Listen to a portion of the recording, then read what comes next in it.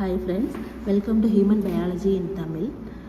Previous class cell introduction, cell யார் first கண்டுபிடிச்சா, living செல்ஸை யார் கண்டுபிடிச்சா, டெட் செல்லை யார் கண்டுபிடிச்சா, செல் தியரியை டிஸ்கவர் பண்ணது யார், செல்லோட ஒவ்வொரு செப்பரேட் பார்ட்ஸையும் நம்ம ப்ரீஃபாக பார்த்தோம். நியூக்ளியஸ்னால் என்ன, எண்டோபிளாசம் ரெட்டிகுலம்னா என்ன, கோல்கி அப்பேரட்டஸ்னால் என்ன, ரிபோசோம்ஸ்னால் என்னங்கிறத செப்பரேட்டாக பார்த்தோம்.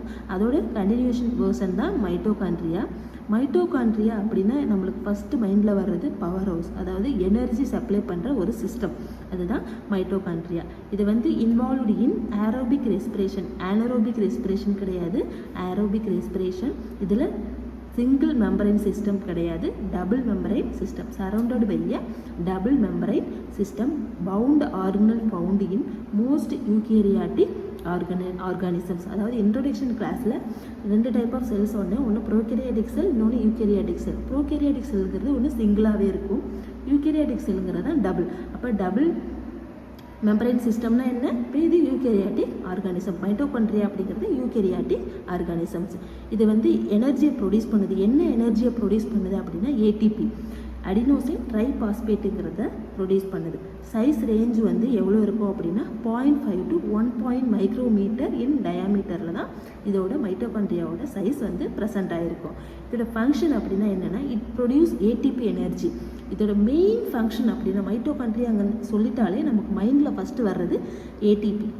Okay, second one regulates the metabolic activity. Metabolic ஆக்டிவிட்டியை ரெகுலேட் பண்ணும். அதாவது ரெகுலேஷன் அப்படின்னாலே என்னென்னா இன்க்ரீஸ் ஆனால் கம்மி பண்ணும், கம்மியான இன்க்ரீஸ் ஆகும், அதுக்கு பேர் தான் regulation. Regulates the metabolic activity. Third point promote the growth of new cells and cell multiplication. அதாவது ஒரு நியூ செல்ஸை ப்ரொமோட் பண்ணும், அது இல்லாமல் அந்த ப்ரொமோட் பண்ண செல்லை க்ரோத் பண்ணுறதுக்கும் ஹெல்ப் பண்ணுது. செல் மல்டிப்ளிகேஷன், ஒரு செல் மட்டும்தான் இருக்குங்கிறது இல்லை, அதை மல்டிப்ளை பண்ணுறதுக்கும் ஹெல்ப் பண்ணுது. ஓகே, மைட்டோகாண்ட்ரியாவோட ஒரு இம்பார்ட்டன்ட் ரோல் என்னென்னா அபாப்டோசிஸ். நீங்கள் செல் இன்ஜுரி படிச்சிருந்தீங்கன்னா உங்களுக்கு தெரிஞ்சிருக்கும். அபாப்டோசிஸ் அப்படின்னா என்ன அப்படின்னா ப்ரோக்ராம்டு செல் டெத், அதாவது ரெகுலேஷனாக செல் டெத்து. ஒரு செல் உருவாகிக்கிட்டே இருந்தால் அது எப்போ ஸ்டாப் பண்ணுறது, நியூ செல்ஸை ப்ரொடியூஸ் பண்ணிக்கிட்டே இருக்கும், ஓல்டு செல்ஸை டெட் பண்ணி அதை கொண்டுக்கிட்டே இருக்கும், அதுதான் அபாப்டோசிஸ். அதுக்கு பேர் தான் ப்ரோக்ராம் செல் டெத்துன்னு சொல்லுவாங்க. ஓகேவா, அதாவது ரெகுலேஷன் ஆஃப் செல் டெத்துன்னு சொல்லுவாங்க. ரெகுலேஷன் அப்படின்னா என்னென்னா இன்க்ரீஸ் ஆனால் கம்மி பண்ணும், கம்மியான இன்க்ரீஸ் பண்ணும், இதுக்கு பேர் அதுதான் அபாப்டோசிஸ்னால் ப்ரோக்ராம்டு செல் டெத். அதுக்கு சிம்பிள் மீனிங் நீங்கள் சொல்லி வச்சுக்கலாம், regulation of cell death. Okay, இன்னும் 2-3 ஃபங்க்ஷன் இருக்குது. என்னென்னா ஹீட் ப்ரொடக்ட் பண்ணும், ஹீட்டை ப்ரொடக்ஷன் பண்ணும்.